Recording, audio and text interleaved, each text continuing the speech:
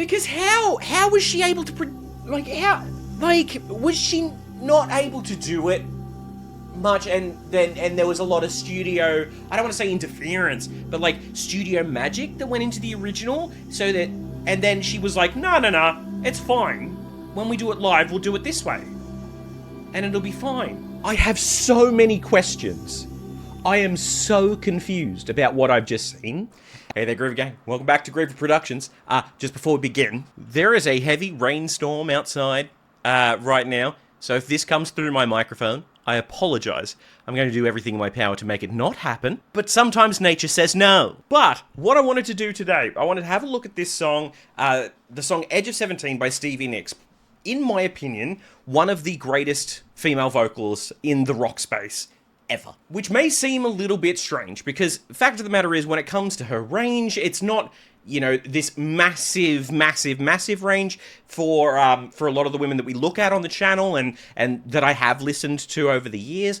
But there's something so incredible about her tone, the way she writes the music that she does, and her grasp on harmony work. And I absolutely adore it. I think she does an incredible job. And even songs that she isn't up there doing the lead singing for, you can tell when she has a hand in them. You can recognize that voice from a mile away. Also, I'm not gonna lie, I'd love to have a chat to her about how the heck the Rumours album even got made. Like, Critical Drinker has a Production Hell series on his channel, talking about movies that went through Production Hell to get made. I feel like I need to do an episode of something similar on the Rumours album, and I would love to hear it from her, like, honestly. But if you're not familiar with the song Edge of 17, why not, first of all? Because it is an incredible song. It's been featured in several movies and that sort of thing. I believe School of Rock was one of them. I can't quite remember the scene. Like, I'm getting weird flashes of the scene that it's used in. But I want to see how she went about this in different periods of time, okay? So, this song came out in 1981 on her Belladonna album, and it has been a rock staple ever since then. So, what I've got here is I've got a live performance of this song from 1986, and then I have a version of it from the 2019 Rock and Roll Hall of Fame performance that she did. And I want to compare the two. So, before we begin, please do leave a like on the video. It really does help. If you have not subscribed, I'd highly appreciate it if you did so. But without any further ado, let's have a listen to Stevie Nicks performing Edge of 17 live at Red Rocks. I believe this is 1986, if I'm remembering correctly.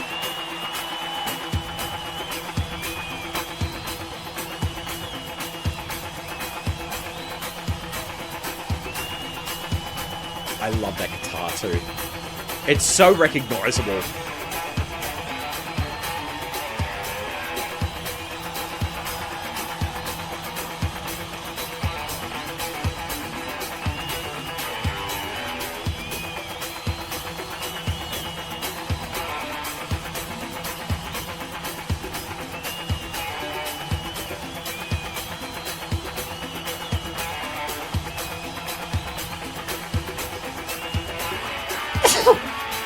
Pardon me.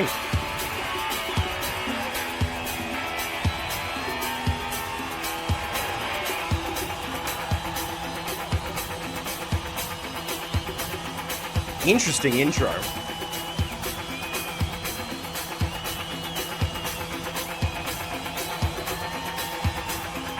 Something that's cool too, because so just as a bit of a musical theory sort of thing here. So that song obviously starts exactly like this, the as it continues on, right? And obviously this is much longer. What the band are doing is what we're calling a vamp. So they're doing a vamp on these like opening bars. So they're repeating them until the vocal comes in, basically. And vamps, you'll see vamps very often in, say, like musical theatre, when the band has sheet music that they are playing whilst the musical is happening. You'll usually see a vamp when music starts, and like kind of waiting for a singer to come in. I can't think of any examples off the top of my head, but it's definitely more common than you'd think.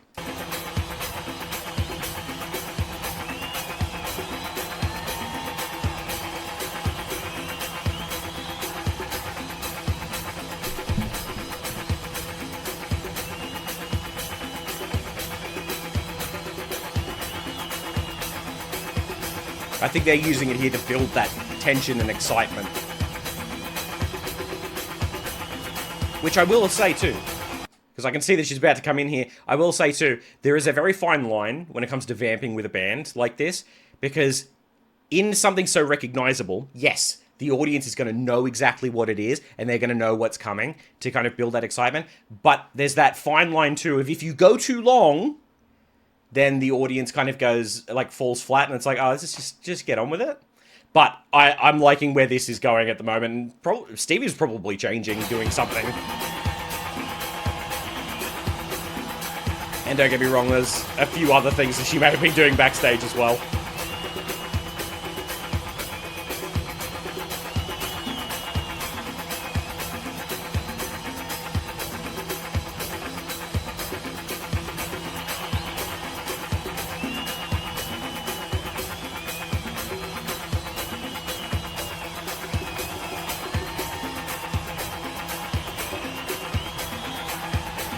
You can tell it's definitely a full-blown performance. It's great.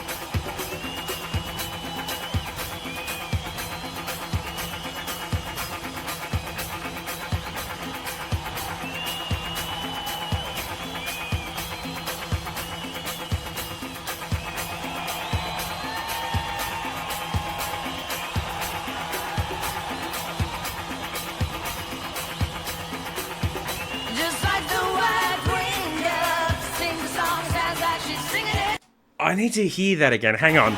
I need to hear when that comes in. I'm sorry.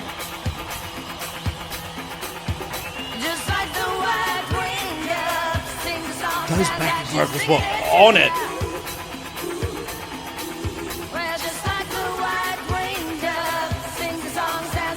Just like the white-winged dove. Okay, she's doing the lower line. Interesting.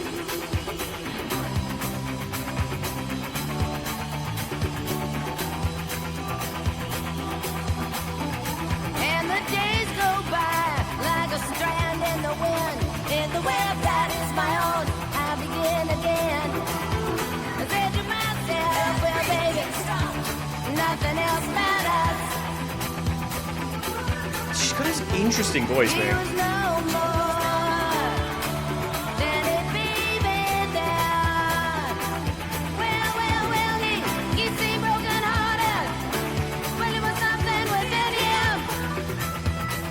Very interesting. But the moment that I felt the lay, eyes on him, he was all alone, somewhere on the edge of 17. There's something so artistic about how she handles her live stuff. So the melody that I expected that I thought that she was going to go with, just like the white-winged dove sings a song, sounds like she's singing up the top there. I'm interested that she's doing the lower part, and there's nothing wrong with that, by the way, because the backing vocals are putting in some work.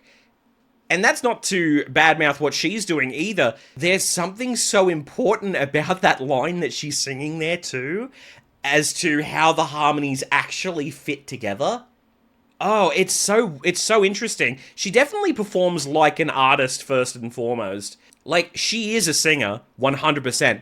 I'm not saying anything bad there, but she's so much about the art, and I love that.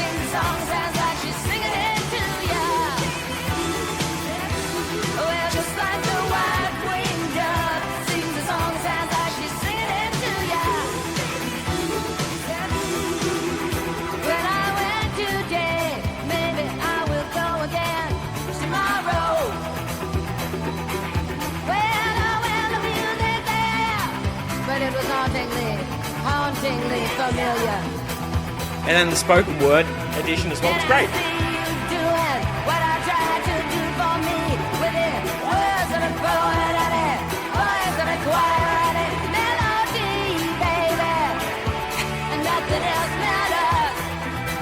Interesting.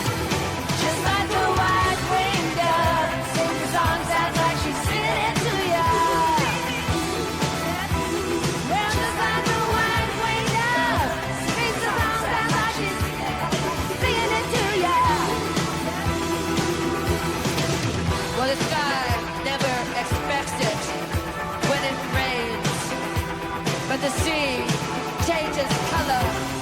Oh!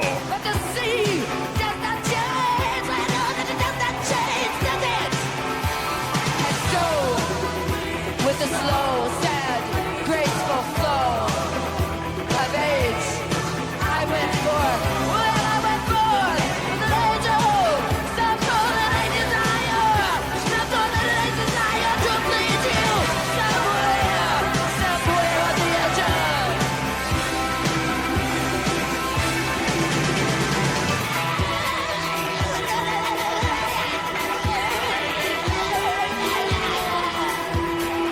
Oh, that's so interesting. So, I know that what I'm watching here is not going to be everybody's cup of tea because of how the original was recorded. And the reason that I am so invested in what I'm seeing right now is because of the absolute impeccable use of her timing. In order to improvise how she is with the kind of spoken word, I say improvise, she may have practiced it, obviously, but it sounds more like an improvised vocal to me. In order to make an improvised vocal work the way that she is, you have to have impeccable timing, because you need to still make sure that certain syllables of words are on certain beats so that the band can be cued to keep going. This is intriguing as all hell to me. I am loving this on an artistic level.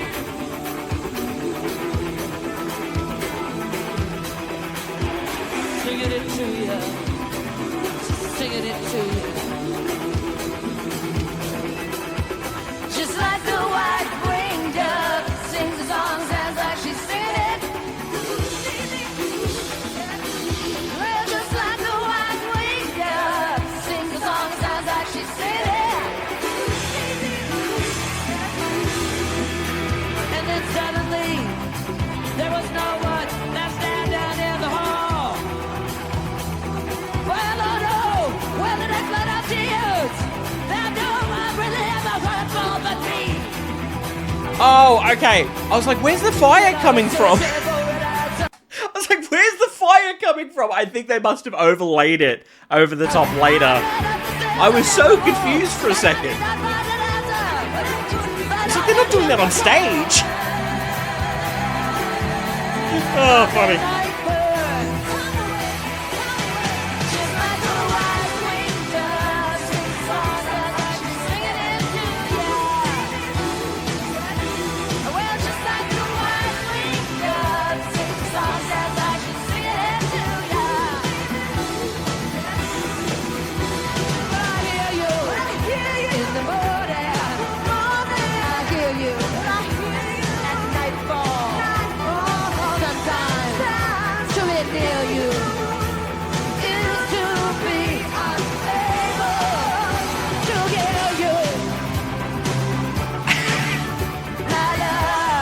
I am so shocked by this, right? Because you've got all of these changes that have been made, all of these stylistic, like, complete upheavals of the song, to then get into this part where it's almost like a call and response harmony section, and she reverts back to doing the line that she needs to in order for the harmony to work, yet it's still the same vibe of what she's changed the rest of it to? This is iconic. I think this is brilliant.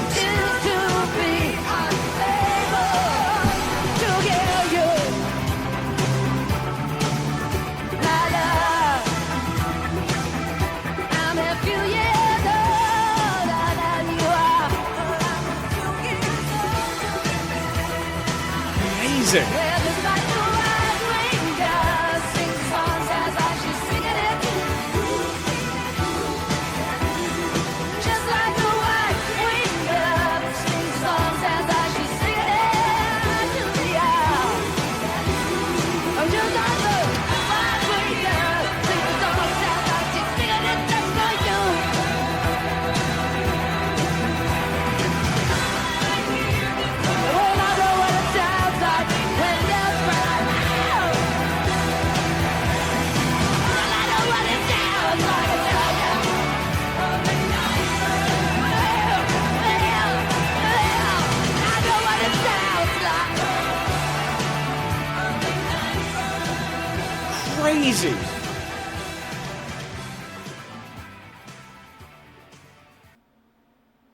That is crazy stuff. That is crazy stuff. Okay, so as I was saying, as you can hear from that, if you know the original, that is very different. It's very much removed from the original, like the original studio version, but not in a way that removes anything from the song. There's a few changes that were made, and it's done first and foremost as a performance. You got to keep in mind too, there's the 80s. When it came to like stage spectacle, you didn't have a huge number of things that kind of can help bring up that performance. Like, you go to any performance now, like any big artist, and there are screens, there's massive backdrops, there's massive sets and props sometimes, depending on the band. And at that stage, like, they were doing like 2 shows a day, maybe sometimes, at least 1 a day, and then they were just traveling, so they didn't really take that much with them.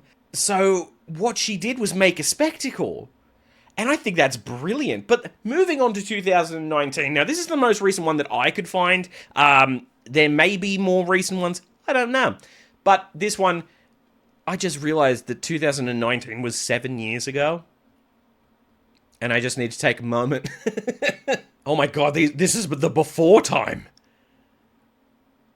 of the disease we're not allowed to mention.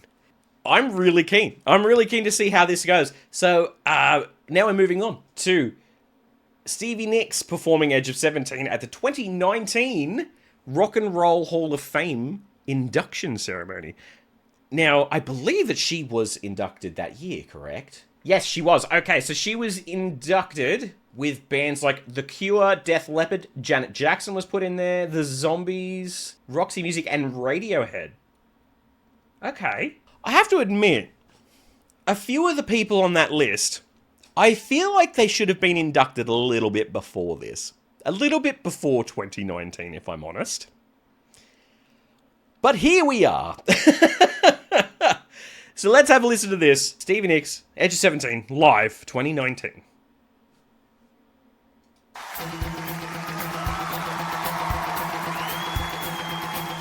think it's the same key.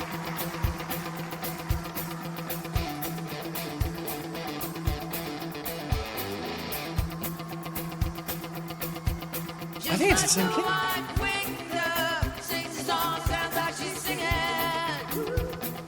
Awesome.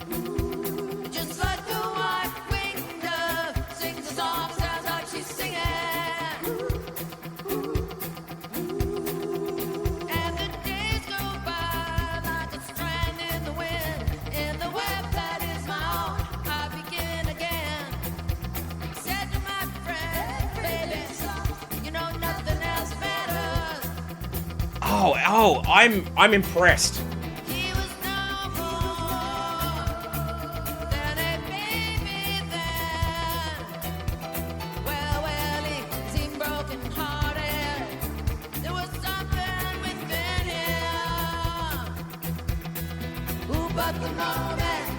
Oh. Ooh, the harmonies.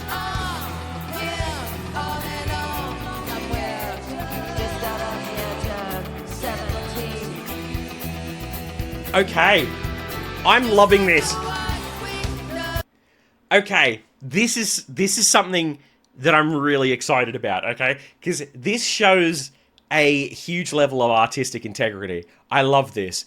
And the reason that I say that is you've got the studio version, kick-ass song, right? Absolute kick-ass number.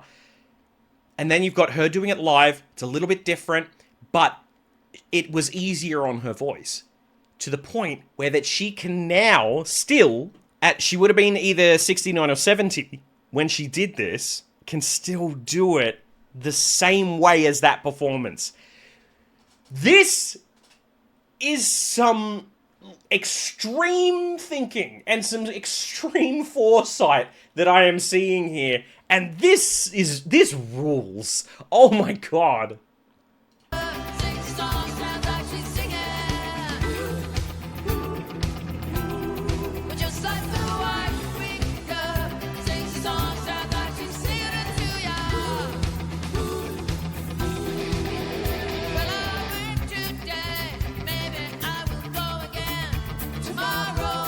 Hang on. Okay, hang on. What's this? I'm confused by something. So, obviously there's this projection here. I don't know whether it's like a... I don't know whether it... Is it a scrim? Is it a scrim? Is that what they call it? Hang on. Give me a moment. Okay. So, I'm a little confused by the way that this effect is working. Okay? I am assuming that they have a clear scrim, like a white scrim. It's like a sheer fabric that goes on the stage. And I'm sorry that I'm completely digressing, but I need to know. My brain needs to know this now. It's like, it's almost like fly screen material, but it's completely white, and the holes in it are, I think, slightly bigger. And what it does is it allows specific light through, but you can also project images on it. It's hard to explain, but I think that's what's happening here, because I was confused as to why the lights, the stage lights that are behind it, are clearly shining through the way that they are. And I wonder if that's what it is. I think that's what it is.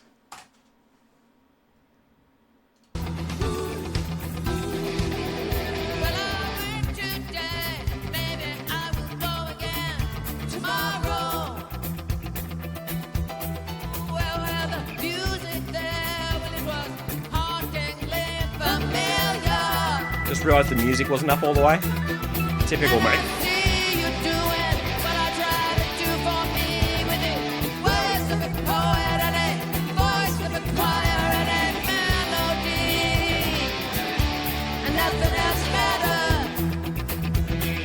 I love this.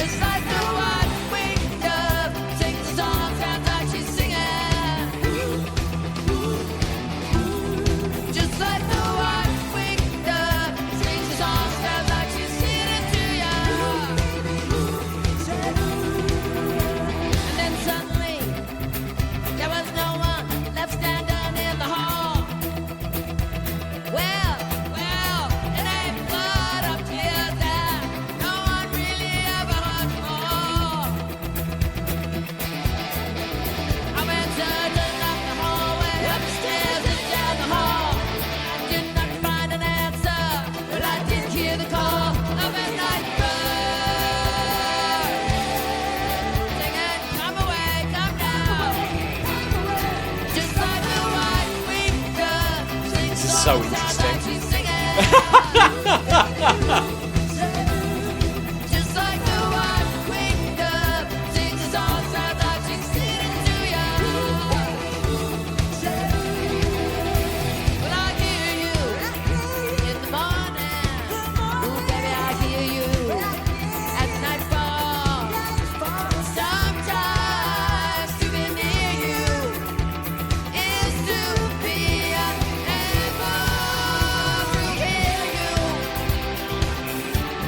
Amazing.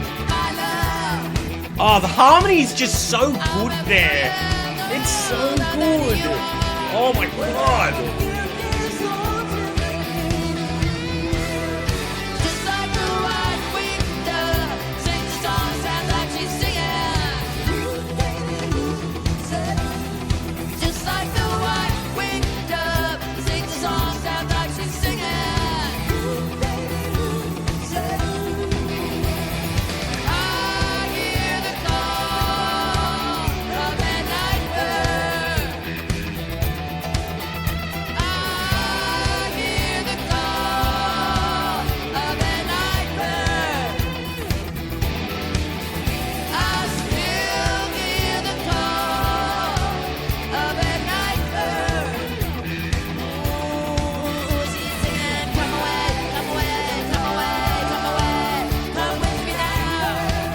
I'm getting lost in this.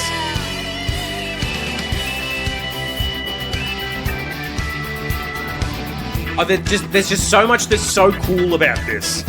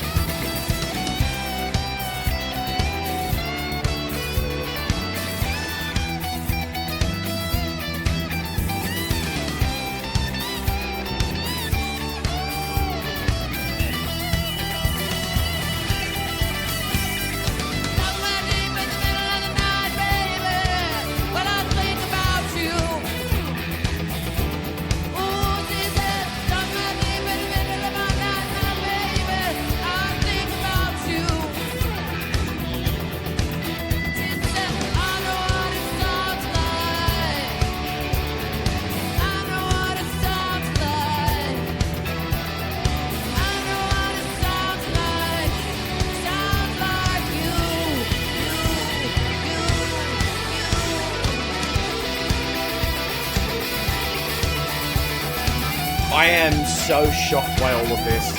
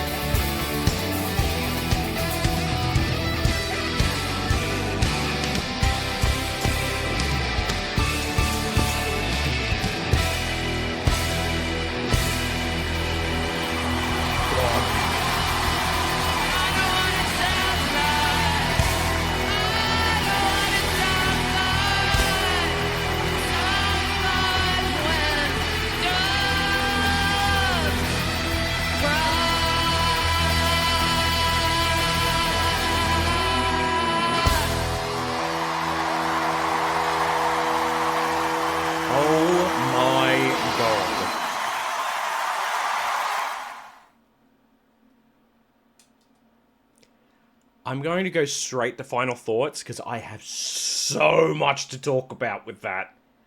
Oh my god. Where do I begin? Where do I begin with that? Okay, so here's the thing. I know what a lot of people are going to say. A lot of people are going to say, it was really different. It was very different to the studio version. Yeah, it was. And there's a lot of cases with certain bands and certain performances that I would go, oh, it's really different. But, and it is a big but, the thing that intrigues me so much, between the studio version and the 1986, she's not 170 years old, there are some distinct differences, right? Huge differences, okay? The way that she did it in that 1986 version is very, very similar to how she did it in the 2019 version. Something that is so impressive to me is that she was able to change the song in such a way in the 80s to suit how she'd be able to do it in the 2010s. That is a long time between them. Like, between the studio version and that version was nearly 40 years. Not quite, but 38 years, if my math is correct. That's a decent chunk of time. And yet she was able to know, somehow she was able to know in the 80s to go, all right, I'm going to perform it this way live so that this is a performance that I can put on for the rest of my singing days. How? You know, people make the joke that she's a witch. She even went into American Horror Story in the Coven season, right? She was even in there. Is she a witch? Does she know this? Is she clairvoyant? What is... I'm so confused, okay? Because I don't believe... When people are like, oh, you know... Like, even as a kid, right? Like, people would say to me, oh, you see that house over there? Yeah, a witch lives there. You know how kids are. I never believed it. I might be believing it about Stevie. I might. Because how was she able to... was she not able to do it much, and there was a lot of studio, I don't want to say interference, but like studio magic that went into the original, so that, and then she was like, no, it's fine. When we do it live, we'll do it this way. And it'll be fine. I have so many questions. I am so confused about what I've just seen, and I need these questions answered. Otherwise, I'm not going to sleep tonight. And not that I sleep any night, but that's another problem. That's a me problem. And you know what? I kind of wish more artists would do that too. You know, change up the performance, make it a spectacle so that people look at it and go, yeah, this is cool. You know, it's not the same, but it's cool. But do it in such a way that they can continue to do it that way up until, you know, 70s, 80s. Crazy. I'm so confused by it. Anyway, before I have an absolute crash out over it, which I think I'm already doing, I'll wrap this one up. Thank you guys so much for watching. Like the video if you enjoyed, subscribe to that sort of thing. I'll catch you next time. Bye for now. Thank you so much for watching. If you liked what we did here today, for as little as $3 Australian per month, you can join us over on Patreon and become one of our tiered members and join the wonderful list of people here. If you're into gaming, I also have a gaming channel that I have recently gotten back into, and also on this splash screen you might see something a little bit interesting. More news on that coming soon.